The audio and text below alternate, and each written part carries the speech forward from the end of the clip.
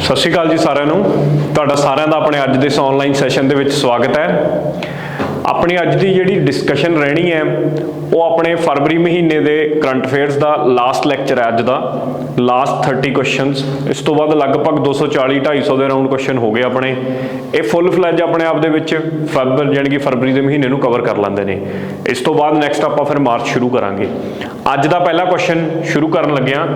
ਅੱਜ ਦੇ first question ਤੋਂ ਆਪਾਂ ਸ਼ੁਰੂ ਹੁੰਨੇ ਆ। ਪਹਿਲਾ ਕੁਐਸਚਨ ਕੀ ਹੈ? ਨੈਸ਼ਨਲ ਮੀਨਸ ਕਮ ਮੈਰਿਟ ਸਕਾਲਰਸ਼ਿਪ ਸਕੀਮ ਐਕਸਟੈਂਡ ਕਰ ਦਿੱਤੀ ਗਈ ਕਿਹੜੇ ਸਾਲ ਤੱਕ? ਇਸ ਸਕੀਮ ਨੂੰ 2025-26 ਤੱਕ ਐਕਸਟੈਂਡ ਕਰ ਦਿੱਤਾ ਗਿਆ। ਹੁਣ ਵੱਡਾ ਸਵਾਲ ਤਾਂ ਇਹ ਬਣਦਾ ਕਿ ਇਹ ਜਿਹੜੀ ਨੈਸ਼ਨਲ ਮੀਨਸ ਕਮ ਮੈਰਿਟ ਸਕਾਲਰਸ਼ਿਪ ਸਕੀਮ ਹੈ ਇਹ ਹੈ ਕਿਹਦੇ ਲਈ ਹੈ ਬੇਸਿਕਲੀ? ਪਹਿਲੀ ਗੱਲ ਤਾਂ ਕਿਹੜੇ ਮੰਤਰਾਲੇ ਦੀ ਹੈ? ਮੰਤਰਾਲਾ ਸਾਡੇ ਕੋਲੇ ਹੈਗਾ ਮਿਨਿਸਟਰੀ ਆਫ ਐਜੂਕੇਸ਼ਨ, ਠੀਕ ਹੈ, ਜਿਹੜਾ ਸਿੱਖਿਆ ਮੰਤਰਾਲਾ ਸਾਡਾ ਉਹਦੀ ਸਕੀਮ ਹੈ। ਇਸ ਸਕੀਮ ਦੇ ਵਿੱਚ ਕੀ ਹੈ ਕਿ ਜਿਹੜੇ ਸਟੂਡੈਂਟ ਬੱਚੀਆਂ 8ਵੀਂ ਕਲਾਸ ਤੋਂ ਬਾਅਦ ਆਪਣੀ ਐਜੂਕੇਸ਼ਨ ਕੰਟੀਨਿਊ ਨਹੀਂ ਕਰਦੀਆਂ ਡਿਊ ਟੂ ਇਕਨੋਮਿਕਲ ਰੀਜ਼ਨਸ, ਘਰ ਦੇ ਵਿੱਚ ਪੈਸੇ ਦੀ ਕਮੀ ਕਰਕੇ ਜਾਂ ਉਹਨਾਂ ਨੂੰ ਘਰ ਦੇ ਕੰਮਕਾਜ ਦੇ ਚੱਕਰਾਂ ਦੇ ਵਿੱਚ, ਮਤਲਬ ਇਕਨੋਮਿਕ ਮੇਨ ਰੀਜ਼ਨ ਹੈ ਜਿਹਦੇ ਕਰਕੇ ਉਹ ਨਾ ਕੰਟੀਨਿਊ ਕਰ ਪਾਉਣ, ਉਹਨਾਂ ਨੂੰ ਅੱਗੇ ਸੈਕੰਡਰੀ ਐਜੂਕੇਸ਼ਨ ਵਾਸਤੇ ਮੋਟੀਵੇਟ ਕਰਨਾ, ਉਹਦੇ ਵਾਸਤੇ ਸਕਾਲਰਸ਼ਿਪ ਸਕੀਮ ਹੈ ਜਿਹੜੀ ਇਹ ਸਕੀਮ ਲਿਆਂਦੀ ਗਈ ਸੀ ਸਰਕਾਰ ਦੁਆਰਾ। ਇਹਦੇ ਵਿੱਚ ਇੱਕ ਹੋਰ ਵੀ ਚੇਂਜ ਕੀਤੀ ਗਈ ਹੈ। ਉਹ ਚੇਂਜ ਕੀ ਕੀਤੀ ਗਈ ਹੈ ਕਿ ਪਹਿਲਾਂ ਕਿਹੜੇ ਕੈਂਡੀਡੇਟ ਇਹਦੇ ਅੰਡਰ ਆਉਣਗੇ, ਇਹਦੇ ਲਈ ਜਿਹੜੇ ਮੈਰੀਟੋਰੀਅਸ ਸਟੂਡੈਂਟਸ ਨੇ ਉਹਨਾਂ ਦੀ ਫੈਮਿਲੀ ਦੀ ਜਿਹੜੀ ਪਹਿਲਾਂ ਇਨਕਮ ਸੀ ਉਹ ਰੱਖੀ ਗਈ ਸੀਗੀ 1.5 ਲੱਖ ਰੁਪਇਆ, ਇਹ ਸੀਲਿੰਗ ਸੀ। ਹੁਣ ਇਹਨੂੰ ਵਧਾ ਕੇ ਇਹਨਾਂ ਨੇ ਕਰਤੀ 3.5 ਲੱਖ ਰੁਪਇਆ। ਮਤਲਬ ਅੱਜ ਦੀ ਡੇਟ 'ਚ ਜੇ 3.5 ਲੱਖ ਰੁਪਇਆ ਉਹਨਾਂ ਦੇ ਪਰਿਵਾਰ ਦੀ ਸਾਲਾਨਾ ਇਨਕਮ ਆ, ਕੋਈ ਮੈਰੀਟੋਰੀਅਸ ਸਟੂਡੈਂਟ ਹੈ, ਠੀਕ ਹੈ, ਤਾਂ ਉਹ ਸਟੂਡੈਂਟ ਅੱਗੇ ਡ੍ਰੌਪ ਕਰਨ ਦੀ ਜਗ੍ਹਾ ਤੇ ਕੰਟੀਨਿਊ ਕਰੇ ਆਪਣੀ ਐਜੂਕੇਸ਼ਨ। ਇਹਨੂੰ ਇਨਕਰੇਜ ਕਰਨ ਵਾਸਤੇ ਇਹ ਸਕੀਮ ਹੈ। ਉਮੀਦ ਆ ਗੱਲ ਕਲੀਅਰ ਹੋ ਗਈ ਹੋਊਗੀ। ਅਗਲੇ ਕੁਐਸਚਨ ਤੇ ਚੱਲਦੇ ਹਾਂ। ਅੱਜ ਦਾ ਸੈਕੰਡ ਕੁਐਸਚਨ, ਕਿਹੜੀ ਮਿਨਿਸਟਰੀ ਹੈ ਜਾਂ ਮੰਤਰਾਲੇ ਹੈ ਜਿਹਨੇ ਪ੍ਰਧਾਨ ਮੰਤਰੀ ਆਵਾਸ ਯੋਜਨਾ ਗ੍ਰਾਮੀਣ ਲਾਗੂ ਕੀਤੀ ਹੈ? ਆਪਾਂ ਇਹਦੇ ਤੇ ਕਾਫੀ ਵਾਰ ਡਿਸਕਸ਼ਨ ਕਰ ਚੁੱਕੇ ਹਾਂ ਪਿਛਲੇ ਵੀਡੀਓਜ਼ ਦੇ ਵਿੱਚ ਕਿ ਜਿਹੜੀ ਮੇਰੇ ਕੋਲੇ ਸ਼ਹਿਰੀ ਵਿਕਾਸ ਯੋਜਨਾ, ਇਹ ਘਰਾਂ ਵਾਲੀ ਆਵਾਸ ਯੋਜਨਾ, ਉਹ ਮਹੂਆ ਮਿਨਿਸਟਰੀ ਆਫ ਹਾਊਸਿੰਗ ਤੇ ਅਰਬਨ ਅਫੇਅਰ ਦੀ ਹੈ, ਠੀਕ ਹੈ, ਸ਼ਹਿਰੀ ਵਿਕਾਸ ਵਾਲੀ ਜਿਹੜਾ ਮੰਤਰਾਲੇ ਹੈ। ਜੇ ਪਿੰਡਾਂ ਦੇ ਘਰਾਂ ਪੱਕੇ ਘਰ ਬਣਾਉਣ ਦੀ ਗੱਲ ਆਉਂਦੀ ਹੈ ਤਾਂ ਫਿਰ ਉਹ ਕੌਣ ਨੇ? Ministry of rural development. ਤੇ ਜੇ ਤੁਹਾਨੂੰ ਪੁੱਛ ਲਿਆ ਜਾਵੇ ਕਿ ਰੂਰਲ ਡਿਵੈਲਪਮੈਂਟ ਦੇ ਕੌਣ ਨੇ ਯੂਨੀਅਨ ਮਿਨਿਸਟਰ, ਕੌਣ ਨੇ ਸਾਡੇ ਕੇਂਦਰ 'ਚ, ਤਾਂ ਉਹ ਹੈਗੇ ਨੇ ਗਿਰੀਰਾਜ ਜੀ, ਗਿਰੀਰਾਜ ਸਿੰਘ ਇਹਦੇ ਯੂਨੀਅਨ ਮਿਨਿਸਟਰ ਨੇ। ਲਓ ਜੀ ਅੱਗੇ ਚੱਲਦੇ ਹਾਂ ਅਗਲੇ ਸਵਾਲ ਤੇ। ਅਗਲਾ ਸਵਾਲ ਕੀ ਕਹਿੰਦਾ? ਨਾਰਡ ਸਟਰੀਮ 2 ਨੈਚੁਰਲ ਗੈਸ ਪਾਈਪਲਾਈਨ। ਦੇਖੋ ਇਹ ਕਾਫੀ ਚਿਰ ਦੀ ਨਿਊਜ਼ ਦੇ ਵਿੱਚ ਹੈ। ਬੇਸਿਕਲੀ ਰਸ਼ੀਆ ਤੋਂ ਲੈ ਕੇ ਜਰਮਨ ਤੱਕ ਇਹ ਪਾਈਪਲਾਈਨ ਹੈ, ਗੈਸ ਦੀ ਪਾਈਪਲਾਈਨ, ਨੈਚੁਰਲ ਗੈਸ, ਕਿਉਂਕਿ ਰਸ਼ੀਆ ਯੂਰਪ ਨੂੰ ਵੇਚਦਾ ਕਾਫੀ ਜ਼ਿਆਦਾ, ਤਾਂ ਜਰਮਨੀ ਤੱਕ ਉਹਨਾਂ ਨੇ ਨਾਰਡ ਸਟਰੀਮ ਪਾਈਪਲਾਈਨ ਵਿਛਾਈ ਹੋਈ ਹੈ। ਉਹ ਜਿਹੜੀ ਵਿਛਾਈ ਹੋਈ ਹੈ ਪਾਈਪਲਾਈਨ, ਉਹ ਹੁਣ ਨਿਊਜ਼ 'ਚ ਕਿਉਂ ਆ ਗਈ? ਕਿਉਂਕਿ ਜਦੋਂ ਯੂਕਰੇਨ ਤੇ ਰਸ਼ੀਆ ਦਾ ਬਾਹਰ ਲੜਾਈ ਹੋ ਗਈ, ਇਸ ਤੋਂ ਬਾਅਦ ਯੂਰਪੀਅਨ ਕੰਟਰੀ ਅਮਰੀਕਾ ਦੇ ਫੇਵਰ ਦੇ ਵਿੱਚ ਆ ਗਈਆਂ, ਤਾਂ ਉਹਨਾਂ ਨੇ ਇਸ ਪਾਈਪਲਾਈਨ ਨੂੰ ਕਿਹੜਾ ਹੋਲਡ ਤੇ ਪਾਤਾ, ਇਹਦੀ ਸਰਟੀਫਿਕੇਸ਼ਨ ਕਿਹੜਾ ਸਸਪੈਂਡ ਕਰਤੀ। ਕੀਤੀ ਕਿਹਨੇ ਹੈ? ਜਰਮਨੀ ਦੇ ਚਾਂਸਲਰ ਨੇ, ਤੁਸੀਂ ਕਹਿ ਲਓ। ਉਹ ਕੌਣ ਨੇ? ਉਹ ਹੁਣੀ ਬਣੇ ਸੀ ਰੀਸੈਂਟ, ਇਹ ਵੀ ਨਾਮ ਯਾਦ ਕਰ ਲਿਓ, ਓਲਫ ਸਕੋਲਜ਼। ਓਲਫ ਸਕੋਲਜ਼ ਉਹਨਾਂ ਦਾ ਨਾਮ ਹੈ, ਜਰਮਨੀ ਦੇ ਚਾਂਸਲਰ, ਰੀਸੈਂਟ ਹੀ ਬਣੇ ਸੀ ਥੋੜੇ ਮਹੀਨੇ ਪਹਿਲਾਂ। ਇਹ ਵੀ ਪੇਪਰ 'ਚ ਸਵਾਲ ਬਣ ਸਕਦਾ, ਇੰਪੋਰਟੈਂਟ ਹੈ, ਠੀਕ ਹੈ। ਐਂਜਲਾ ਮੈਰਕਲ ਪਹਿਲਾਂ ਸੀਗੀ ਇੱਕ ਲੇਡੀ ਜਿਹੜੀ ਬੜੀ ਫੇਮਸ ਸੀ, ਉਹਦੀ ਜਗ੍ਹਾ ਤੇ ਹੁਣ ਇਹ ਬਣੇ ਸੀ। ਤਾਂ ਬੇਸਿਕਲੀ ਇਹ ਜੋੜੂ ਕਿਹਨੂੰ? ਇਹ ਜੋੜੂਗੀ ਰਸ਼ੀਆ ਤੇ ਜਰਮਨ ਨੂੰ। ਸਵਾਲ ਇੱਥੇ ਕੀ ਹੈ ਕਿ ਕਿਹੜੇ ਸਮੁੰਦਰ ਵਿੱਚ ਦੀ ਹੋ ਕੇ ਨਿਕਲ ਰਹੀ ਹੈ ਇਹ? ਤਾਂ ਇਹ ਬਾਲਟਿਕ ਸੀ ਵਿੱਚ ਦੀ ਹੋ ਕੇ ਜਾਂਦੀ ਹੈ। ਇੰਪੋਰਟੈਂਟ ਹੈ ਕੁਐਸਚਨ, ਧਿਆਨ 'ਚ ਰੱਖਿਓ। ਬਾਲਟਿਕ ਸੀ ਵਿੱਚ ਦੀ ਇਹ ਪਾਈਪਲਾਈਨ ਵਿਛਾਈ ਹੋਈ ਹੈ। ਉਮੀਦ ਹੈ ਗੱਲ ਕਲੀਅਰ ਹੋ ਗਈ ਹੋਊਗੀ। ਅੱਗੇ ਚੱਲਦੇ ਹਾਂ ਅਗਲੇ ਸਵਾਲ ਤੇ। ਚੈਸਟਰ ਜ਼ੂ, ਮਤਲਬ ਚਿੜੀਆ ਘਰ ਦਾ ਨਾਮ ਹੈ ਚੈਸਟਰ, ਜਿੱਥੇ ਇੱਕ ਆਰਦਵਰਕ ਕਾਫ is born after 90 days is located in which country? ਇਹ ਜਿਹੜਾ ਕਾਫ ਇਹ ਹੈਗਾ ਨਾ, ਇਹ ਕੀ ਚੀਜ਼ ਹੈ? ਇਹਦੀ ਫੋਟੋ ਦੇਖੋ ਗੂਗਲ ਤੇ ਜਾ ਕੇ। ਦੇਖਣ ਨੂੰ ਇਹ ਨਿਓਲੇ ਦੇ ਵਰਗਾ, ਜਿਵੇਂ ਮੌਂਗੂਜ਼ ਨੇਵਲਾ ਹੁੰਦਾ ਆਪਣਾ, ਮੂੰਹ ਇਹਦਾ ਹੈਗਾ ਸੂਰ ਵਰਗਾ, ਜਿਵੇਂ ਪਿੱਗ ਦਾ ਮੂੰਹ ਲੱਗਿਆ ਹੁੰਦਾ ਅੱਗੇ, ਐਵੇਂ ਹੀ ਇਹਦੀ ਸ਼ੇਪ ਦਾ ਇੱਕ ਜਾਨਵਰ ਹੈ। 90 ਡੇਜ਼ ਆਫਟਰ ਬੋਰਨ ਹੋਇਆ ਇਹ, ਇਸੇ ਕਰਕੇ ਇਹ ਜਿਹੜੀ ਜ਼ੂ ਜਿਹਦੇ 'ਚ ਪੈਦਾ ਹੋਇਆ ਇਹ ਨਿਊਜ਼ 'ਚ ਆ ਗਈ। ਤਾਂ ਕਿੱਥੇ ਆ ਇਹ ਚੈਸਟਰ ਜ਼ੂ? ਤਾਂ ਇਹ ਹੈਗੀ ਆ ਯੂਨਾਈਟਿਡ ਕਿੰਗਡਮ ਦੇ ਵਿੱਚ। ਤਾਂ ਯੂਨਾਈਟਿਡ ਕਿੰਗਡਮ ਦੇ ਵਿੱਚ ਇਹ ਪਾਈ ਜਾਂਦੀ ਹੈ। ਬੇਸਿਕਲੀ ਕਹਿੰਦਾ ਇਹਦਾ ਨਾਮ ਵੀ ਜਿਹੜਾ ਰੱਖਿਆ ਨਾ, ਇਹਦਾ ਨਾਮ ਇਹਨਾਂ ਨੇ ਰੱਖਿਆ ਗਾ after the house elf from Harry Potter series Dobby. ਠੀਕ ਹੈ, ਇੱਕ ਹੈਰੀ ਪੋਟਰ ਦੀ ਸੀਰੀਜ਼ ਤੁਸੀਂ ਦੇਖੀ ਹੋਊਗੀ ਬੱਚਿਆਂ ਵਾਲੀਆਂ ਫਿਲਮਾਂ ਜਿਉਂ ਹੈਰੀ ਪੋਟਰ ਬਣਾਉਂਦਾ ਜਿਹੜਾ, ਠੀਕ ਹੈ, ਹੈਰੀ ਪੋਟਰ ਇੱਕ ਕਰੈਕਟਰ ਦਾ ਨਾਮ ਆ, ਉਹ ਬੱਚੇ ਦਾ ਨਾਮ ਹੁੰਦਾ ਮੋਸਟਲੀ, ਮੈਨੂੰ ਲੱਗਦਾ ਕਿ ਤੁਹਾਡੇ ਜੋ ਦੇਖੀ ਹੋਊ ਉਹਦੇ ਵਿੱਚੋਂ ਇੱਕ ਕਰੈਕਟਰ ਚੱਕਿਆ ਐਲਫ ਜਿਹਦੇ ਤੋਂ ਇਹਦਾ ਨਾਮ ਰੱਖਿਆ ਗਿਆ ਹੈ। ਠੀਕ ਹੈ, ਇਹ ਤਾਂ ਚਲੋ ਐਡੀ ਕੋਈ ਬੜੀ ਇੰਪੋਰਟੈਂਟ ਗੱਲਾਂ ਨਹੀਂ ਹੈਗੀਆਂ, ਮੇਨਲੀ ਤਾਂ ਹੀ ਪਤਾ ਹੋਵੇ ਤੁਹਾਨੂੰ ਅਫਰੀਕਾ ਦੇ ਵਿੱਚ ਯੂਜ਼ਲੀ ਇਹ ਮਿਲਦਾ, ਉੱਥੇ ਇਹਨੂੰ ਅਰਥ ਪਿਗ ਕਹਿੰਦੇ ਨੇ ਅਫਰੀਕਾ ਦੇ ਵਿੱਚ, ਕਿਉਂਕਿ ਪਿਗ ਵਰਗਾ ਮੂੰਹ ਹੁੰਦਾ। ਤਾਂ ਯੂਜ਼ਲੀ ਇਹ ਪਹਿਲੀ ਵਾਰ ਯੂਰਪ ਦੇ ਵਿੱਚ ਯਾਨੀ ਕਿ ਯੂਕੇ ਦੇ ਚੈਸਟਰ ਜ਼ੂ ਦੇ ਵਿੱਚ ਪੈਦਾ ਹੋਇਆ। ਲਓ ਜੀ ਅੱਗੇ ਆ ਜਾਓ। ਸੋਇਲ ਹੈਲਥ ਕਾਰਡ ਸਕੀਮ ਜਿਹੜੀ ਹੈਗੀ ਹੈ ਇਹ ਕਿਹੜੇ ਸਾਲ ਲਾਗੂ ਕਰੀ ਗਈ ਸੀਗੀ? ਤਾਂ ਸੋਇਲ ਹੈਲਥ ਕਾਰਡ ਜਿਹੜੀ ਸਕੀਮ ਆ 2015 ਦੇ ਵਿੱਚ ਇੰਪਲੀਮੈਂਟ ਕੀਤੀ ਗਈ ਸੀ। ਤੇ ਜੇ ਇਹ ਪੁੱਛਿਆ ਜਾਵੇ ਕਿ ਕਿੰਨੇ ਪੈਰਾਮੀਟਰ ਨੇ ਜਿਹੜੇ ਕਿਸਾਨਾਂ ਨੂੰ ਚੈੱਕ ਕਰਕੇ ਦਿੱਤੇ ਜਾਂਦੇ ਨੇ ਸੋਇਲ ਹੈਲਥ ਕਾਰਡ ਦੇ ਤਹਿਤ, ਤਾਂ ਟੋਟਲ 12 ਪੈਰਾਮੀਟਰ ਨੇ। ਵੱਖਰੇ ਵੱਖਰੇ ਪੈਰਾਮੀਟਰ ਨੇ ਜਿਵੇਂ NPK, ਠੀਕ ਹੈ, pH ਲੈਵਲ ਚੈੱਕ ਕਰਕੇ ਦਿੱਤਾ ਜਾਂਦਾ, ਸੋ ਔਨ, ਐਵੇਂ ਦੇ 12 ਨੇ। ਨਾਈਟ੍ਰੋਜਨ, ਫਾਸਫੋਰਸ, ਪੋਟਾਸ਼ੀਅਮ, ਇਹ ਤਾਂ NPK ਤਾਂ ਲਾਜ਼ਮੀ ਨੇ ਨਾ, ਜਿਹੜੀਆਂ ਚਾਹੀਦੀਆਂ ਨੇ ਮਿੱਟੀ ਨੂੰ। ਠੀਕ ਹੈ, ਇਹ ਤੋਂ ਇਲਾਵਾ pH ਵੈਲਿਊ ਕਿੰਨੀ ਹੈ ਉਹਦੀ, ਇਲੈਕਟ੍ਰਿਕ ਵੈਲਿਊ ਚੈੱਕ ਕਰੀ ਜਾਂਦੀ ਹੈ, ਕਾਫੀ 12 ਪੈਰਾਮੀਟਰਸ ਨੇ ਟੋਟਲ, ਇਹ ਧਿਆਨ 'ਚ ਰੱਖਿਓ। ਠੀਕ ਹੈ, ਅੱਗੇ ਚੱਲਦੇ ਹਾਂ ਅਗਲੇ ਸਵਾਲ ਤੇ। ਕਹਿੰਦਾ ਵੈਨਿਊ ਕੀ ਹੈ ਮਲਟੀ ਨੇਸ਼ਨ 에ਅਰ ਐਕਸਰਸਾਈਜ਼, ਨਾਮ ਹੈਗਾ ਐਕਸਰਸਾਈਜ਼ ਕੋਬਰਾ ਵਾਰੀਅਰ। ਸਭ ਤੋਂ ਪਹਿਲਾਂ ਤਾਂ ਇਹ ਪਤਾ ਹੋਵੇ ਕਿ ਜਿਹੜੀ ਇਹ ਐਕਸਰਸਾਈਜ਼ ਕੋਬਰਾ ਵਾਰੀਅਰ ਹੈ ਇਹ ਕਿਹੜੇ ਕਿਹੜੇ ਦੋ ਦੇਸ਼ਾਂ 'ਚ ਹੁੰਦੀ ਹੈ। 에ਅਰ ਐਕਸਰਸਾਈਜ਼ ਦਾ ਮਤਲਬ 에ਅਰ ਫੋਰਸਾਂ ਆਪਸ ਦੇ ਵਿੱਚ ਐਕਸਰਸਾਈਜ਼ ਕਰਦੀਆਂ ਨੇ। ਪਹਿਲਾਂ ਤਾਂ ਇਹ ਵੀ ਪਤਾ ਹੋਵੇ ਕਿ 에ਅਰ ਫੋਰਸ ਦੀ ਹੈ, ਨੇਵੀ ਜਾਂ ਆਰਮੀ ਦੀ ਨਹੀਂ ਹੈਗੀ। ਦੂਜਾ ਸਵਾਲ ਬਣਦਾ ਕਿ ਐਕਸਰਸਾਈਜ਼ ਕੋਬਰਾ ਹੁੰਦੀ ਕਿਹਦੇ 'ਚ ਹੈ? ਤਾਂ ਇਹ ਗੱਲ ਧਿਆਨ 'ਚ ਰੱਖਿਓ ਕਿ ਇਹ ਇੰਡੀਆ, ਭਾਰਤ ਐਂਡ ਯੂਕੇ। ਪਰ ਇਹ ਮਲਟੀ ਨੇਸ਼ਨ ਜਿਵੇਂ ਇਹਨਾਂ ਨੇ ਬੋਲਿਆ, ਇੱਥੇ ਹੋਰ ਵੀ ਨੇਸ਼ਨਸ ਪਾਰਟਿਸਿਪੇਟ ਕਰ ਰਹੀਆਂ ਨੇ ਕਾਫੀ, ਪਰ ਇਸ ਵਾਰ ਦੀ ਇਹ ਹੋ ਕਿੱਥੇ ਰਹੀ ਹੈ? ਯੂਕੇ 'ਚ ਹੋ ਰਹੀ ਹੈ। ਠੀਕ ਹੈ, ਇਸ ਗੱਲ ਨੂੰ ਧਿਆਨ ਦੇ ਵਿੱਚ ਰੱਖਿਆ ਜਾਵੇ। ਭਾਰਤ ਵੱਲੋਂ ਜਿਹੜਾ ਸਾਡਾ ਲਾਈਟ ਕੰਬੈਟ 에ਅਰਕ੍ਰਾਫਟ ਤੇਜਸ ਹੈ, ਤੇਜਸ ਸਾਡੇ ਇੱਕ ਲੜਾਕੂ ਜਹਾਜ਼ ਦਾ ਨਾਮ ਹੈ, ਉਹ ਪਾਰਟਿਸਿਪੇਟ ਕਰ ਰਿਹਾ ਇਸ ਦੇ ਵਿੱਚ। ਤੇਜਸ ਨੂੰ ਬਣਾਇਆ ਕਿਹਨੇ ਸੀ? DRDO ਤੇ ਹਿੰਦੁਸਤਾਨ ਐਰੋਨੌਟਿਕਸ ਲਿਮਿਟਡ, ਇਹਨਾਂ ਨੇ ਮਿਲ ਕੇ ਬਣਾਇਆ ਸੀਗਾ। ਮੇਨਲੀ DRDO ਦੀ ਏਜੰਸੀ ਹੈ ਇੱਕ ADA, 에ਅਰਕ੍ਰਾਫਟ ਡਿਵੈਲਪਮੈਂਟ ਏਜੰਸੀ, ਇਹਨਾਂ ਨੇ ਇਹਦਾ ਡਿਜ਼ਾਈਨ ਤਿਆਰ ਕੀਤਾ ਸੀ, ਪਰ ਮੈਨੂਫੈਕਚਰਿੰਗ ਜਿਹੜੀ ਹੋ ਰਹੀ ਹੈ ਫਾਈਨਲੀ ਪ੍ਰੋਡਕਸ਼ਨ ਉਹ HAL ਦੁਆਰਾ ਕੀਤੀ ਜਾ ਰਹੀ ਹੈ। ਲਓ ਜੀ ਅੱਗੇ ਚੱਲਦੇ ਹਾਂ। When is the central excise day observed every year? ਕੇਂਦਰ ਦਾ ਐਕਸਾਈਜ਼ ਡੇ ਕਿਹੜੇ ਦਿਨ ਮਨਾਇਆ ਜਾਂਦਾ? ਫੈਕਚੁਅਲ ਸਵਾਲ ਹੈ, ਕੁਝ ਵੀ ਸਮਝਾਉਣ ਵਾਲਾ ਨਹੀਂ। 24 ਫਰਵਰੀ ਨੂੰ ਮਨਾਇਆ ਜਾਂਦਾ ਇਹ। ਠੀਕ ਹੈ, ਜਿਹੜਾ ਸੈਂਟਰਲ ਐਕਸਾਈਜ਼ ਡੇ ਹੈ, ਤਾਂ ਇਹ 'ਚ ਮੈਨੂੰ ਨਹੀਂ ਲੱਗਦਾ ਕਿ ਕੋਈ ਬੜੀ ਚੀਜ਼ ਲੰਬੀ ਚੌੜੀ ਹੈਗੀ ਹੈ ਜਿਹੜੀ ਆਪਾਂ ਜਿਹਤੇ ਡਿਸਕਸ਼ਨ ਕਰੀ ਜਾ ਸਕਦੀ ਹੈ। ਤਾਂ ਸੈਂਟਰਲ ਐਕਸਾਈਜ਼ ਡੇ ਹੋ ਗਿਆ 24 ਫਰਵਰੀ। ਅੱਗੇ ਆ ਜਾਓ। KPAC ਲਲਿਤਾ, ਹੁਣੇ ਇਹਨਾਂ ਦਾ ਦੇਹਾਂਤ ਹੋ ਗਿਆ, ਕਿਹੜੇ ਫੀਲਡ ਨਾਲ ਰਿਲੇਟਡ ਸੀ? ਦੇਖੋ ਇਹ ਥੀਏਟਰ ਨਾਲ ਰਿਲੇਟਡ ਸੀ। ਬੇਸਿਕਲੀ ਇਹ ਮਲਿਆਲਮ ਸਿਨੇਮਾ ਦੇ ਨਾਲ ਸੰਬੰਧ ਰੱਖਦੇ ਸੀ। ਠੀਕ ਹੈ, ਲੇਡੀ ਸੀਗੀ। 500 ਤੋਂ ਵੱਧ ਫਿਲਮਾਂ ਦੇ ਵਿੱਚ ਇਹਨੇ ਕੰਮ ਕੀਤਾਗਾ, ਰਾਈਟ। ਤੇ ਇਹਨੇ ਥੀਏਟਰ 10 ਸਾਲ ਦੀ ਉਮਰ ਦੇ ਵਿੱਚ ਹੀ ਥੀਏਟਰ 'ਚ ਕੰਮ ਕਰਨਾ ਸ਼ੁਰੂ ਕਰਤਾ ਸੀਗਾ। KPAC ਦੀ ਫੁੱਲ ਫਾਰਮ ਹੈਗੀ ਆ ਕੇਰਲਾ ਪੀਪਲਸ ਆਰਟ ਕਲੱਬ। ਕੁਝ ਵੀ ਸਾਡੇ ਕੰਮ ਦਾ ਨਹੀਂ, ਇੰਨੀਆਂ ਗੱਲਾਂ ਮੈਂ ਦੱਸ ਤਾਂ ਰਿਹਾ, ਤੁਹਾਨੂੰ ਯਾਦ ਰਹਿ ਜੇ। ਕੇ ਤੋਂ ਬਸ KPAC ਲਲਿਤਾ ਦਾ ਇਹ ਨਾਮ ਆਉਂਦਾ, ਕੇ ਤੋਂ ਕੇਰਲਾ ਯਾਦ ਰੱਖ ਲਿਓ। ਜੇ ਕੇਰਲਾ ਯਾਦ ਰਹਿ ਗਿਆ ਤਾਂ ਕੇਰਲਾ ਦੇ ਵਿੱਚ ਮਲਿਆਲਮ ਬੋਲਦੇ ਆ, ਤਾਂ ਥੀਏਟਰ ਨਾਲ ਸੰਬੰਧਿਤ ਇਹ ਲੇਡੀ ਸੀ ਜਿਹਦਾ ਦੇਹਾਂਤ ਹੋਇਆ ਹੁਣੀ। ਲਓ ਜੀ ਅੱਗੇ ਆ ਜਾਓ। ਕਿਹੜੀ ਸਟੇਟ ਜਾਂ UT ਹੈ ਜਿਹਨੇ ਰੀਸੈਂਟਲੀ ਅਪਰੂਵ ਕੀਤੀ ਆ policy on promotion of foreign investment in industrial sector? ਮਤਲਬ ਇਹਨਾਂ ਨੇ ਇੱਕ ਪਾਲਿਸੀ ਲਿਆਂਦੀ ਹੈ ਕਿ ਫੋਰਨ ਇਨਵੈਸਟਮੈਂਟ ਕਿੰਨੀ ਹੋ ਸਕਦੀ ਹੈ ਉਸ ਕੇਂਦਰ ਸ਼ਾਸਿਤ ਪ੍ਰਦੇਸ਼ 'ਚ ਜਾਂ ਫਿਰ ਸੂਬੇ 'ਚ। ਇਹ ਨਵੀਂ ਪਾਲਿਸੀ ਜੰਮੂ ਕਸ਼ਮੀਰ ਲੈ ਕੇ ਆਇਆ, ਕਿਉਂਕਿ ਜੰਮੂ ਕਸ਼ਮੀਰ 'ਚ ਜਦੋਂ ਦਾ ਹਟਾਇਆਗਾ ਆਰਟੀਕਲ, ਠੀਕ ਹੈ, 370, ਉਸ ਤੋਂ ਬਾਅਦ ਇਹਨਾਂ ਨੇ ਇਹਦੇ ਵਿੱਚ ਇਹੀ ਤਰਕ ਦਿੱਤਾ ਨਾ ਕਿ ਡਿਵੈਲਪਮੈਂਟ ਕਰਾਂਗੇ ਜੰਮੂ ਕਸ਼ਮੀਰ ਦੀ। ਤਾਂ ਡਿਵੈਲਪਮੈਂਟ ਦੇ ਪਰਪਸ ਤੋਂ ਹੁਣ FDI ਖਿੱਚਣ ਦੀ ਕੋਸ਼ਿਸ਼ ਹੋ ਰਹੀ ਹੈ ਕਿ ਫੋਰਨ ਡਾਇਰੈਕਟ ਇਨਵੈਸਟਮੈਂਟ ਹੋਵੇ। ਉਹਦੇ 'ਚ ਇਹਨਾਂ ਨੇ ਨਵੀਂ ਪਾਲਿਸੀ 'ਚ ਇਹ ਕਿਹਾ ਕਿ ਕੋਈ ਵੀ ਫੋਰਨ ਇਨਵੈਸਟਮੈਂਟ ਜਿਹੜੀ ਹੈਗੀ ਹੈ, ਜੇ ਉਹ 100 ਕਰੋੜ ਤੋਂ ਵੱਧ ਹੈ, 100 ਕਰੋੜ ਤੋਂ ਵੱਧ ਹੋਣੀ ਚਾਹੀਦੀ ਹੈ, ਉਹਦੇ ਵਿੱਚ ਉਹਦਾ ਸ਼ੇਅਰ 51% ਵੀ ਹੋ ਸਕਦਾ, ਕਿਉਂਕਿ ਯੂਜ਼ਲੀ ਜਿਹੜੇ ਬੰਦੇ ਦਾ 51% ਸ਼ੇਅਰ ਹੋਊਗਾ ਉਹ ਮਾਲਕ ਹੋਊਗਾ ਉਸ ਚੀਜ਼ ਦਾ।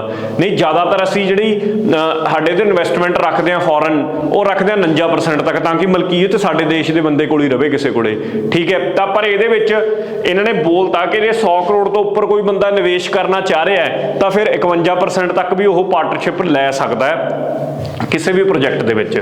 ਤਾਂ ਜੰਮੂ ਕਸ਼ਮੀਰ ਦੀ ਗੱਲ ਹੈ ਇਹ। ਅੱਗੇ ਆ ਜਾਓ, ਹੈਲਥ ਸਟਾਰ ਰੇਟਿੰਗ।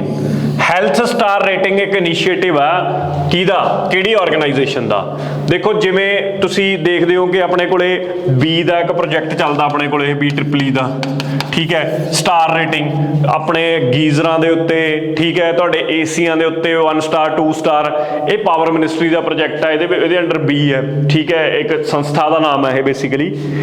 ਐਵੇਂ ਹੀ ਆਹੀ ਹੈਲਥ ਸਟਾਰ ਰੇਟਿੰਗ, ਜਿਹੜੀਆਂ ਤੁਹਾਡੀਆਂ ਚੀਜ਼ਾਂ ਤੁਸੀਂ ਖਾਂਦੇ ਹੋ, ਬ੍ਰੈਡ ਖਾਂਦੇ ਹੋ, ਕੋਈ ਹੋਰ ਫੂਡ ਦੀਆਂ ਆਈਟਮਸ ਜਿਹੜੀਆਂ ਈਟੇਬਲਸ ਅਸੀਂ ਲੈਂਦੇ ਆ, ਕਿੰਨੀਆਂ ਕਿ ਸਾਡੇ ਸਿਹਤ ਲਈ ਸਿਹਤਮੰਦ ਨੇ, ਕੀ 'ਚ ਟਰਾਂਸ ਫੈਟ ਵੱਧ ਨੇ, ਕੀ 'ਚ ਸ਼ੂਗਰ ਦਾ ਲੈਵਲ ਬਹੁਤ ਹਾਈ ਹੈ, ਉਹਦੇ ਅਕੋਰਡਿੰਗਲੀ ਉਹਨੂੰ ਸਟਾਰ ਰੇਟਿੰਗ ਦਿੱਤੀ ਜਾਊਗੀ।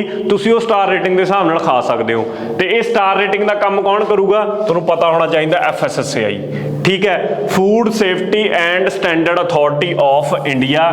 ਇਹ ਕੰਮ ਕਰਨ ਜਾ ਰਹੀ ਹੈ, ਠੀਕ ਹੈ। ਆਪਣੇ ਆਪ ਦੇ ਵਿੱਚ ਚੰਗੀ ਗੱਲ ਹੈ, ਵਧੀਆ ਪੁਆਇੰਟ ਹੈ। ਇੱਥੋਂ ਘੱਟੋ ਘੱਟ ਲੋਕਾਂ ਨੂੰ ਪਤਾ ਤਾਂ ਲੱਗੂਗਾ ਵੀ ਕਿਹੜੀ ਚੀਜ਼ ਖਾਣੀ ਚਾਹੀਦੀ ਹੈ, ਨਹੀਂ ਖਾਣੀ ਚਾਹੀਦੀ, ਜੇ ਸਹੀ ਤਰੀਕੇ ਨਾਲ ਇਹ ਇੰਪਲੀਮੈਂਟ ਹੋ ਪਾਉਂਦਾ ਤਾਂ। ਅਗਲੇ ਸਵਾਲ ਤੇ ਚੱਲਦੇ ਹਾਂ। ਕਿਹੜੀ ਕੇਂਦਰ ਦੀ ਮਿਨਿਸਟਰੀ ਹੈ ਜਿਹਨੇ ਲਾਂਚ ਕੀਤਾ national strategy for additive manufacturing?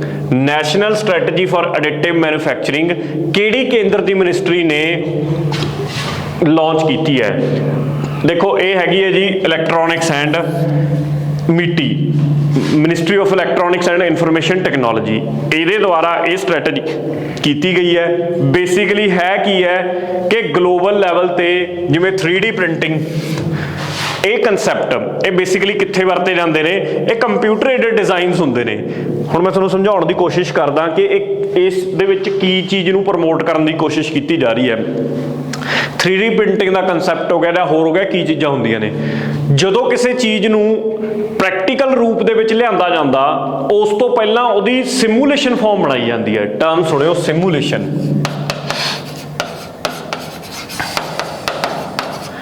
ਮੈਂ ਇੱਕ ਕਾਰ ਬਣਾਉਣੀ ਹੈ, ਪਹਿਲਾਂ ਮੈਂ ਕਾਰ ਦੇ ਡਿਜ਼ਾਈਨ ਨੂੰ ਸੌਫਟਵੇਅਰਾਂ ਦੀ ਮਦਦ ਨਾਲ ਕੰਪਿਊਟਰ 'ਚ ਬਣਾਉਂਗਾ।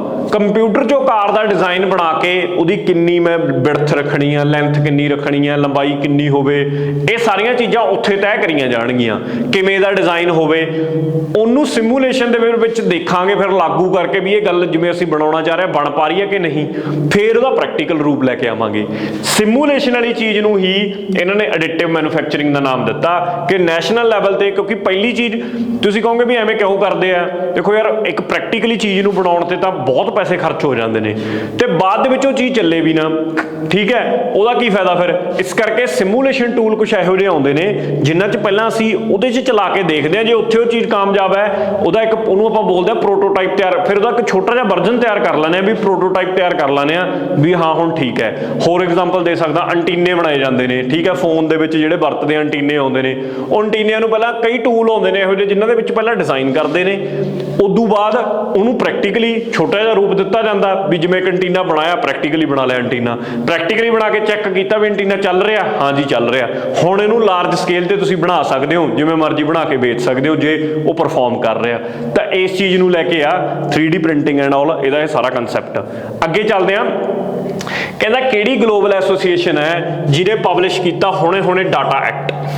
ਡਾਟਾ ਐਕਟ ਹੁਣੇ ਯੂਰਪੀਅਨ ਯੂਨੀਅਨ ਨੇ ਮਤਲਬ ਇਹ ਪਬਲਿਸ਼ ਕੀਤਾਗਾ ਕਿ ਇਹਨਾਂ ਦੇ ਯੂਰਪ ਦੇ ਵਿੱਚ ਡਾਟਾ ਕਿਸ ਤਰੀਕੇ ਨਾਲ ਵਰਤਿਆ ਜਾਊਗਾ, ਕਿਹਦੇ ਕੋਲੇ ਡਾਟਾ ਰਹਿ ਸਕਦਾ, ਕੌਣ ਡਾਟਾ ਸਟੋਰ ਕਰਕੇ ਰੱਖ ਸਕਦਾ, ਬਾਹਰਲੀ ਕੋਈ ਕੰਪਨੀ ਉਹ ਦੇਸ਼ 'ਚ ਹੀ ਡਾਟਾ ਸਟੋਰ ਕਰੂਗੀ ਜਾਂ ਬਾਹਰ ਕਿਤੇ ਲਿਜਾ ਸਕਦੀ ਆ ਆਪਣੇ ਦੇਸ਼ ਦੇ ਵਿੱਚ, ਤਾਂ ਉਹਨੂੰ ਲੈ ਕੇ ਯੂਰਪੀਅਨ ਯੂਨੀਅਨ ਨੇ ਇੱਕ ਡਾਟਾ ਐਕਟ ਬਣਾਇਆਗਾ। ਬਸ ਯਾਦ ਰੱਖ ਲਿਓ, ਬਾਹਲਾ ਸਾਡੇ ਲਈ ਇੰਪੋਰਟੈਂਟ ਤਾਂ ਨਹੀਂ ਕਿਉਂਕਿ ਕਿਸੇ ਹੋਰ ਦੇਸ਼ ਦਾ ਅਸੀਂ ਵਿੱਚ ਵੜ ਕੇ ਤਾਂ ਉਹਦੇ ਕੁਝ ਨਹੀਂ ਲੈਣਾ। ਅੱਗੇ ਆ ਜਾਓ, ਨਿਕਰਸ਼ਨ ਸਦਨ। A dredging museum has been inaugurated in which city? ਕਿਹੜੀ ਸਿਟੀ ਦੇ ਵਿੱਚ ਇੱਕ ਮਿਊਜ਼ੀਅਮ ਆ ਜਿਹਦਾ ਉਦਘਾਟਨ ਕੀਤਾ ਗਿਆ ਹੈ? ਨਾਮ ਮਿਊਜ਼ੀਅਮ ਦਾ ਕੀ ਹੈ? ਨਿਕਰਸ਼ਨ ਸਦਨ। ਇੱਕ ਡਰੈਜਿੰਗ ਕਾਰਪੋਰੇਸ਼ਨ ਮਿਊਜ਼ੀਅਮ ਵਿਸ਼ਾਖਾਪਟਨਮ ਦੇ ਵਿੱਚ ਹੈ ਜੀ। ਵਿਸ਼ਾਖਾਪਟਨਮ ਦੇ ਵਿੱਚ ਇਸ ਮਿਊਜ਼ੀਅਮ ਨੂੰ ਉਦਘਾਟਨ ਕੀਤਾ ਗਿਆ। ਬੇਸਿਕਲੀ ਡਰੈਜਿੰਗ ਦਾ ਕੀ ਇਹ ਜਿਹੜੀ ਕੰਪਨੀ ਹੈ ਕਿਹੜੇ ਫੀਲਡ 'ਚ ਕੰਮ ਕਰਦੀ ਹੈ, ਬੰਦਰਗਾਹਾਂ, ਠੀਕ ਹੈ, ਇਹਨਾਂ ਨੂੰ ਐਡਮਿਨਿਸਟਰ ਕਰਨ ਦੇ ਵਾਸਤੇ ਇਹ ਕੰਮ ਕਰਦੀ ਹੈ। ਮਤਲਬ ਇਹਦੇ ਵਿੱਚ ਤੁਸੀਂ ਕਹਿ ਸਕਦੇ ਹੋ ਕਿ ਇਸ ਮਿਊਜ਼ੀਅਮ ਦੇ ਵਿੱਚ ਸਮੁੰਦਰਾਂ ਦੇ ਵਿੱਚ ਜਿਵੇਂ ਸ਼ਿਪਸ ਚੱਲਦੇ ਨੇ ਜਾਂ ਹੋਰ ਇਹਦੇ ਓਰੀਐਂਟਡ, ਸੀ ਦੇ ਓਰੀਐਂਟਡ ਚੀਜ਼ਾਂ ਹੀ ਮਿਊਜ਼ੀਅਮ 'ਚ ਰੱਖੀਆਂ ਹੋਣਗੀਆਂ, ਠੀਕ ਹੈ। ਤਾਂ ਇਹ ਚੀਜ਼ ਦਾ ਧਿਆਨ ਰੱਖਿਆ ਜਾ ਸਕਦਾ। ਕਿੱਥੇ ਖੁੱਲਿਆ, ਇਹੋ ਜਿਹਾ ਇੰਪੋਰਟੈਂਟ ਕੁਐਸਚਨ ਕਾਊਂਟ ਕਰ ਲਓ, ਕਿਉਂਕਿ ਇਹੋ ਜਿਹੇ ਸਵਾਲ ਪੁੱਛੇ ਜਾ ਰਹੇ ਨੇ ਅੱਜ ਕੱਲ੍ਹ। ਕੋਈ ਮਿਊਜ਼ੀਅਮ ਨਵਾਂ ਖੁੱਲਿਆ ਕਿਸੇ ਜਗ੍ਹਾ ਤੇ, ਕੋਈ ਗਾਰਡਨ ਬਣਿਆ ਨਵਾਂ, ਤਾਂ ਇਹੋ ਜਿਹੇ ਸਵਾਲ ਬਹੁਤ ਆ ਰਹੇ ਨੇ ਪੇਪਰ 'ਚ, ਤਾਂ ਇਹਨੂੰ ਧਿਆਨ 'ਚ ਰੱਖਿਓ। ਵਿਸ਼ਾਖਾਪਟਨਮ ਦੇ ਵਿੱਚ ਇਹ ਡਰੈਜਿੰਗ ਮਿਊਜ਼ੀਅਮ ਖੋਲ੍ਹਿਆ ਗਿਆ। ਅੱਗੇ ਆ ਜਾਓ, Vishakha guidelines. Vishakha guideline Supreme Court ਦਾ ਕੇਸ ਸੀਗਾ, Vishakha versus state of Rajasthan 1997 ਦੇ ਵਿੱਚ। ਕਾਹਦੇ ਰਿਲੇਟਡ ਹੈ ਇਹ? ਹੈਗਾ ਜੀ ਤੁਹਾਡੇ ਕੋਲੇ prevention of sexual harassment at work place. ਕੰਮ ਦੇ ਉੱਪਰ ਪ੍ਰੀਵੈਂਟ ਕਰਨਾ ਸੈਕਸ਼ੂਅਲ ਹਰਾਸਮੈਂਟ ਕਿਸੇ ਲੇਡੀ ਦੀ, ਉਸ ਪਰਪਸ ਵਾਸਤੇ ਇੱਕ ਕੇਸ ਸੀਗਾ। ਇਹਦੀ ਜਿਹੜੀ ਵਰਡਿਕਟ ਦਿੱਤੀ ਸੀ ਸੁਣਵਾਈ ਦੇ ਵਿੱਚ, ਜੋ ਸੁਪਰੀਮ ਕੋਰਟ ਨੇ ਬੋਲਿਆ ਸੀ ਆਪਣੀ ਇਹਦੇ ਵਰਡਿਕਟ ਦੇ ਵਿੱਚ, ਉਹੀ ਚੀਜ਼ ਵਿਸ਼ਾਖਾ ਗਾਈਡਲਾਈਨਸ ਦੇ ਨਾਲ ਮਸ਼ਹੂਰ ਹੋ ਗਈਆਂ। ਤੇ ਹੁਣ ਜਿਹੜਾ ਸਾਡੇ ਕੋਲ ਇੱਥੇ ਇੱਕ ਪੋਸ਼ ਐਕਟ ਹੈ, ਪੋਸ਼ ਐਕਟ